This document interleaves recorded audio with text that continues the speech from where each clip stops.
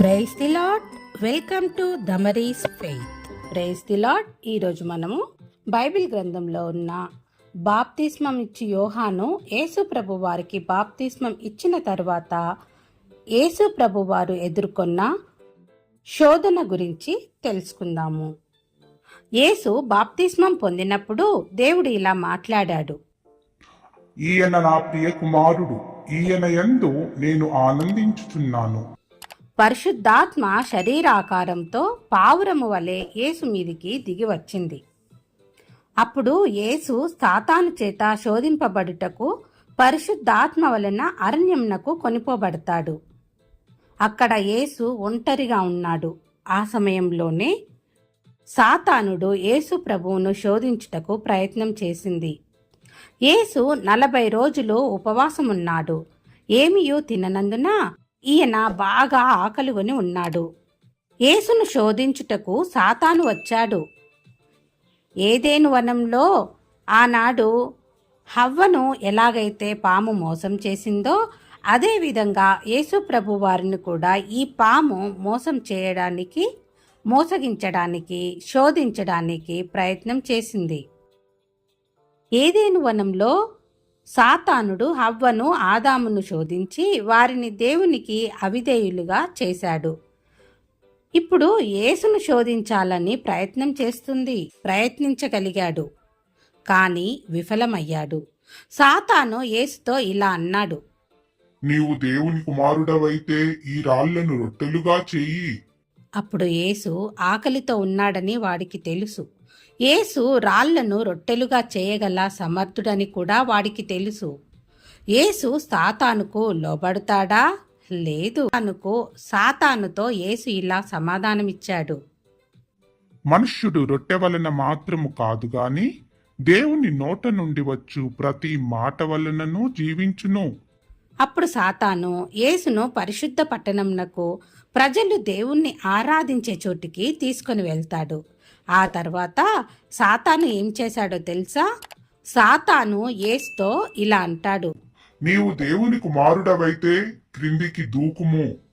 ఆయన నిన్ను గూర్చి తన దూతలకు ఆజ్ఞాపించును. నీ పాదం ఎప్పుడైనను రాతికి తగలకుండా వారు నిన్ను చేతులతో ఎత్తి పట్టుకొందురు అని అంటాడు. ఆ సమయంలో సాతానుకు యేసు ఇలా సమాధానమిచ్చాడు, ప్రభువైన నీ దేవుణ్ణి శోధింపవలదు. సాతాను మరలా ప్రయత్నించాడు. యేసును ఎత్తైన కొండ మీదికి తీసుకొని వెళ్తాడు. అప్పుడు ఆ పట్టణమంతా, చుట్టూ లోకమంతా చూపించేసి ఇలా అంటాడు. సాతాను భూరాజ్యముల మహిమను యేసుకు చూపించి, నీవు సాగిలపడి నాకు నమస్కారము చేసిన ఎడలా వీటినన్నిటినీ నీకిచ్చేదను అని అంటాడు. అందుకు యేసేమంటాడో తెలుసా? సాతానా పొమ్ము అని ఆజ్ఞాపించాడు. ప్రభువైన నీ దేవునికి మ్రొక్కి ఆయనను మాత్రమే సేవింపవలెను అని వ్రాయబడి ఉన్నది అని చెప్తాడు. సాతాను యేసును విడిచిపోయాడు. మరి ఈ లోకంలో కూడా మనము బాప్తిస్మం తీసుకున్న తర్వాత మనము కూడా కొన్ని శోధనలు తప్పకుండా ఎదుర్కొనవలసిన పరిస్థితులు ఎదురవుతాయి. బాప్తిస్మం తీసుకున్నాను కదా, దేవుణ్ణి నమ్ముకున్నాను కదా, నేను ప్రార్థన చేస్తున్నాను కదా, నాకు అన్నీ మంచే జరుగుతుంది అనుకోకూడదు. మన జీవితంలో కష్టకాలం తప్పకుండా వస్తుంది. అలాంటి కష్టాల్లోనే మనం యేసయ్యను గుర్తు చేసుకుంటాము. దేవుడు అన్నీ మనకిచ్చేసి నువ్వు రాజులాగా బతుకు అని మనకు కష్టం లేకుండా చేస్తే దేవుణ్ణి మరచిపోతాము. అందుకనే దేవుడు మనుష్యులకు అప్పుడప్పుడు కొన్ని కష్టాలు ఇస్తూ ఉంటాడు. మరి ఆ కష్టాల నుండి గట్టెక్కడానికి మనము మోకాళ్ళ మీద ప్రార్థన చేయాలి. మన ప్రార్థనలు దేవుని వద్దకు చేరాలి. అప్పుడే ఆయన తన కృపతోటి మన సమస్యలను పరిష్కరించేవాడుగా ఉంటాడు. మరి ఆ సమయంలో మనము ఆరాధన చేసినట్లయితే ఆ ఆరాధన, స్తుతులు దేవునికి మహిమకరంగా ఉండులాగున మనం దేవుణ్ణి ఆరాధించే వారంగా ఉండాలి. కనుక యేసు ప్రభువారు ఏ విధంగానైతే ఈ యొక్క లోకంలో సాతాను చేత శోధింపబడ్డాడు, కానీ ఆ శోధనలోకి వెళ్ళలేదు. సాతానుని దేవుడు గద్దించాడు. అదేవిధంగా మనకు కలిగే సమస్యలను చూసి కృంగిపోకూడదు. మనము ఆ యొక్క సమస్యలను ఎదుర్కొనుటకు ప్రయత్నం చేయాలి. దేవుడు ఒక మాట అంటున్నాడు, ఎంతవరకైతే మనము సహించగలుగుతామో, ఎంతవరకైతే మనం తట్టుకోగలుగుతామో, మనకు ఎంత శక్తి సామర్థ్యాలు ఉన్నాయో దేవునికి తెలుసు. మనము తట్టుకునే సమస్యలు మాత్రమే దేవుడు మనకిస్తున్నాడు. ఆ సమస్యల్లో కృంగిపోకుండా మనము నిత్యం దేవుణ్ణి ప్రార్థించే వారంగా ఉండాలి. మన చుట్టుపక్కల వారి చేత మనము శోధింపబడుతూ ఉంటాము. ఆ సమయంలోనే నీకు శోధన కలిగినప్పుడు సాతానుని పారిపో, నా దగ్గరకు రాకు, నేను నిన్ను ఎదుర్కొనగల దేవుని బిడ్డను మనం చెప్పగలగాలి. ఈ యొక్క లోకంలో చూసిన ప్రతిదీ నాకు కావాలే అని ఆశించకూడదు. దేవుడు ఈ యొక్క లోకంలో నిన్ను సృష్టించింది తన పని చేయడానికి.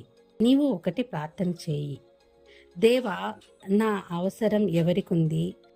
మత్తయి సువార్త 26వ అధ్యాయము 41వ వచనంలో ఇలా వ్రాయబడి ఉంది, మీరు శోధనలో ప్రవేశించకుండునట్టు మెలకువగా ఉండి ప్రార్థన చేయుడి. అవును, మనము శోధనలోకి వెళ్లకుండా ఉండాలి అంటే మెలకువ కలిగి ప్రార్థన చేసేవారంగా ఉండాలి. యెహోవాయే జ్ఞానమిచ్చువాడు, తెలివియు వివేచనయు ఆయన నోట నుండి వస్తుంది. కనుక మనకు యెహోవా జ్ఞానం ఇవ్వాలని కోరుకుందాము.